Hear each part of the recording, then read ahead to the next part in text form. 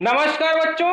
आज हम लोग पढ़ेंगे आपके क्लास 11th के हिंदी बुक आरोह भाग 1 के काव्य खंड से चैप्टर 4 वे आंखें के दूसरी काव्यांश को।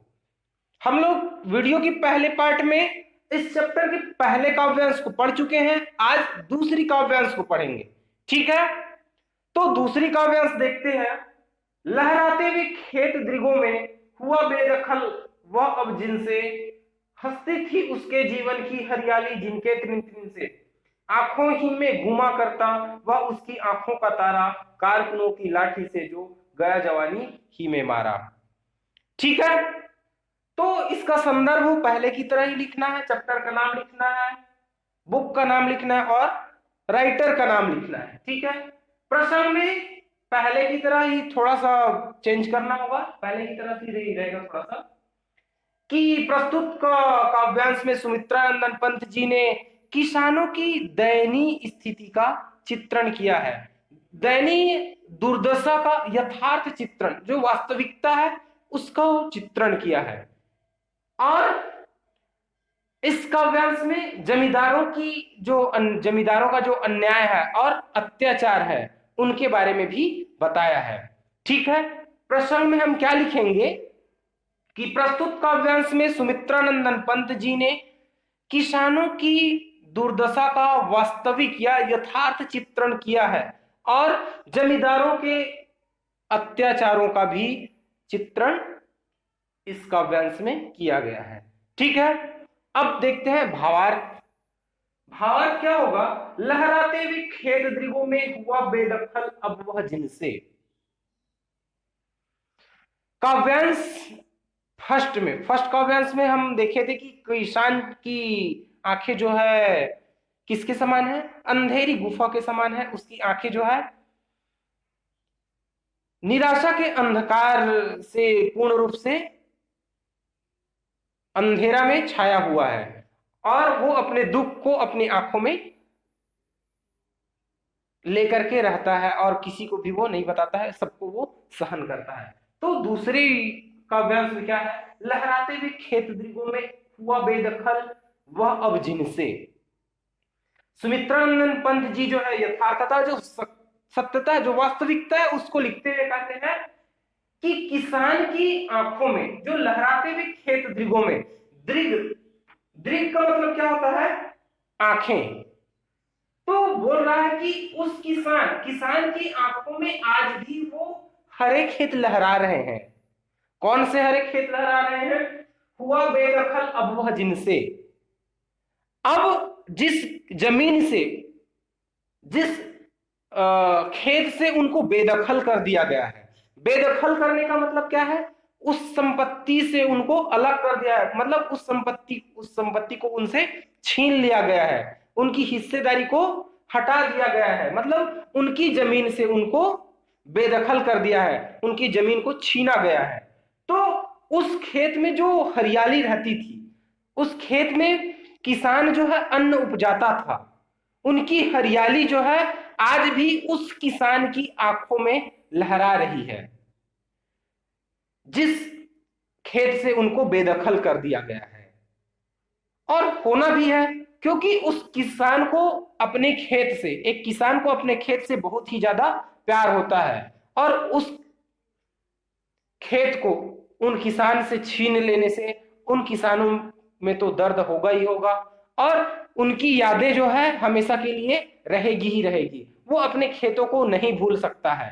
ठीक है, तो उसी को लिखा है कि लहराते हुए खेत दृगों में हुआ बेदखल अब वह जिनसे, कि किसानों की आंखों में उसकी खेतों की हरियाली जो है अब भी झलक रही है, अब भी उनकी आंखों में खेत की हरियाली जो है विद्यमान है। जिन खेतों से उनको बेदखल कर दिया गया है, जिन खेतों से उनको हटा दिया गया है, उनको उनकी हिस्सेदारी जो है छीन लिया गया है, जिन खेतों में वो पहले अन्न उपजाता था, उनकी जो हरियाली जो है किसान की आंखों में आज भी लहरा रही है, आज भी उसकी आंखों में क्या है? झलक उनको दिखाई दे रही है। हंसती थी उसके जीवन की हरियाली जिनके त्रिन त्रिन से। यहाँ पे त्रिन त्रिन का मतलब तिनका तिनका। तो वो बोलते हैं, कविवर बोलते हैं कि उसका जीवन जो है खुश हो जाता था, उनका जीवन जो है खुशी से झूम उठता था। कब? वो अपनी खेतों के तिनके को देखकर, एक एक तिनके को, तिनके की हरियाली, उनकी जो फसल की जो हरियाली थी, उसके एक एक कण को, एक एक बूंद बूंद को, एक एक पेड़ को, एक एक पौधे को देख करके वो किसान जो है झूम उठता था, खुशी से झूम उठता था। ऐसे कि जमीन से उनको बेदखल कर दिया गया है, फिर भी से वो उनकी आंखों में उस खेत की झलक किसान की आंखों में दिखाई दे रही है। ठीक है, क्या होगा इन चार पंक्तियों का भावार्थ? क्या होगा कि लिख सकते हैं कि प्रस्तुत कविता में सुमित्रा नंदन पंत जी जो है किसानों की दुर्दशा का चित्रण करते हुए कहते हैं कि किसानों की आंखों में अपनी खेतों, उसकी जो पहले की जो खेत थी, उनकी हरियाली जो है अभी भी विद्यमान है, अभी भी झलक रही है। उन खेतों से किसानों को बेदखल कर दिया गया है, जिनकी फसल को देख करके हमेशा वो खुश हुआ करता था, उनके मन में जो है खुशी आ जाती थी। उनके खेतों के एक एक पौधे को देख करके उनकी जीवन जो है हरियाली से झूम उठती थी। खेतों की हरियाली को देख करके किसान की हरियाली की जीवन की हरियाली जो है झूम उठती थी। अर्थात यह कह सकते हैं कि खेतों की हरियाली को देख करके उसका मन जो है प्रसन्न हो जाता था। आगे देखते हैं, आगे लिखा है कि उनकी खेत को कौन छीन लेता है, उनको बेदखल कौन करता है? आंखों ही में घुमा करता वह उसकी आंखों का तारा, कारकुनों की लाठी से जो गया जवानी ही में मारा। तो कवि लिखते हैं कि आखिर उनकी खेत को कौन लिया है? जो जमींदार है। मैंने प्रसंग में भी बोला था कि जमींदारों के अन्याय और अत्याचारों का भी चित्रण किया गया है। तो जो जमींदार है, जो जमींदार है वो छल से, या फिर यह भी कह सकते हैं कि उनको कर्ज देकर के उनसे ज्यादा पैसा लिया गया, और जब वो पैसा नहीं चुका पाया तो उनसे के खेत को भी छीन लिया गया, यह भी हो सकता है। या फिर चालाकी से छीन लिया गया होगा, यह भी है। तो उनकी खेत को कौन छीना है? जमींदार लोग हैं। ठीक है, पहले जमींदारी प्रथा होती थी, गांव में जमींदार होते थे, गांव की जो जितनी भी संपत्ति होती थी उस जमींदार का ही होता था। कुछ कुछ हिस्से जो है कुछ किसानों के होते थे, या फिर किसान जो है उन जमींदारों से जमीन को लेकर के खेती किया करते थे। तो आगे लिखा है कि आंखों ही में घुमा करता हुआ उसकी आंखों का तारा, कारकुनों की लाठी से जो गया जवानी ही में मारा। कि उनकी आंखों में आज भी वो घूम रहा है। क्या घूम रहा है? कि जो जमींदारों की अत्याचारी है, जो उनकी जो अन्याय है, जमींदारों की जो अत्याचार और अन्याय है वो उनकी आंखों में घूम रहा है। किस प्रकार से अन्याय? वो उसकी आंखों का तारा। आंखों का तारा का मतलब होता है, यहाँ पे मुहावरा का प्रयोग हुआ है। आंखों का तारा मतलब अत्यधिक प्रिय, मतलब प्राणों से प्यारा बोलते हैं। ठीक है, कारकुनों की लाठी से जो गया जवानी ही में मारा। कारकुन मतलब जो जमींदारों की जो नौकर होते हैं उसको कारकुन बोलते हैं, या फिर नौकर, जमींदारों के नौकर। नौकरों की लाठी से जो मारा गया है, कब? जवानी में ही मारा गया है। अर्थात कौन मारा गया है? वो किसान का जो आंखों का तारा था, मतलब किसान का जो बेटा था, वह जो है जमींदारों के नौकरों के लाठियों की बौछार से वो मारा जाता है।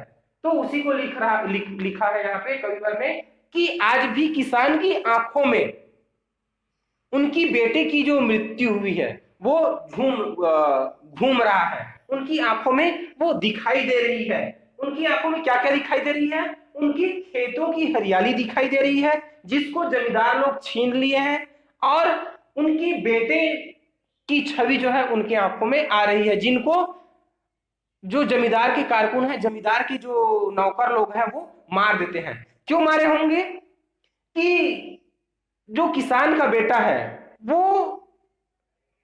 मतलब जवानी में के समय में, मतलब वह जवान रहता है, तो किसान का बेटा जो है जमींदार के इस अन्याय का विरोध किया होगा, तो उसके विरोध करने के कारण जमींदार के जो कारकुन है, उनके जो नौकर है वो मार दिए होंगे। ठीक है, तो उसके जो किसान के बेटे की जो छवि है, उनके पुत्र का जो छवि है वो आज भी किसान की आंखों में घूम रहा है। ठीक है, तो इसका भावार्थ हम एक साथ देखते हैं। तो क्या हो जाएगा कि कविवर सुमित्रानंदन पंत जी कहते हैं, या फिर लिख सकते हैं कि कविवर सुमित्रानंदन पंत जी किसानों की दुर्दशा का वास्तविकता का चित्रण करते हुए, फिर यथार्थता का चित्रण करते हुए कहते हैं कि किसानों की आंख में उसकी खेतों का हरियाली जो है आज भी विद्यमान है, या फिर उसकी आंख की झलक, उनकी खेतों की झलक जो है आज भी दिखाई दे रही है, जिससे उनको बेदखल कर दिया गया है, जिस खेत से उनको अलग कर दिया गया है। वो जिस खेत को देख करके हमेशा झूम उठता था, उस खेत की हरियाली से वो झूम उठता था, हंस हंस उठता था, और उनकी उस किसान की आंखों में जमींदार की अत्याचार भी झूम रहे हैं। आखिर उनकी जो जवान पुत्र का चित्र भी उनकी आंखों में घूम रहा है कि जिसको मतलब उनके पुत्र को जमींदार के जो कारकुन है, जो नौकर है, वो जवानी में ही मतलब किसान के बेटे को उनकी युवा अवस्था में ही उनको मार देते हैं। वो भी उस बूढ़े किसान की आंखों में घूम रहा है। ठीक है, इस प्रकार से इस काव्यांश में किसानों की दुर्दशा का चित्रण किया गया है कि किस प्रकार से किसान जो है जमींदार के अन्याय का और उनके शोषण का शिकार होता है, और वह लाचार होकर के रह जाता है।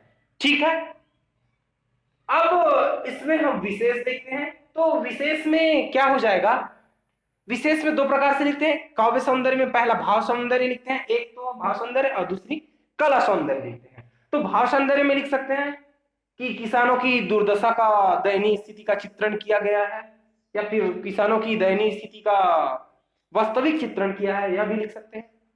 दूसरा लिख सकते हैं कि जमींदारी प्रथा का इसमें जिक्र किया गया है, या फिर जमींदारी प्रथा के परिणाम को भी इसमें दिया गया है। ठीक है, तीसरा लिख सकते हैं कि इसमें जमींदार जो है शोषक वर्ग के रूप में सामने आता है और किसान वर्ग का शोषण करता है। ठीक, अब इसका कला सौंदर्य देख सकते हैं। तो कला सौंदर्य में हम लिख सकते हैं कि यहाँ पे आंखों का तारा में मुहावरा है। यह मुहावरा क्या है, इसका अर्थ क्या होता है, आंखों का तारा मतलब बहुत ही ज्यादा प्रिय होना। ठीक है, और क्या लिख सकते हैं, खड़ी बोली का प्रयोग हुआ है, सरल भाषा का प्रयोग हुआ है। ठीक है, उम्मीद करता हूं कि इस काव्यांश का भावार्थ समझ में आई होगी। अगली वीडियो में, वीडियो के पार्ट 3 में काव्यांश के तीसरे भाग को पढ़ेंगे। ठीक है, थैंक यू।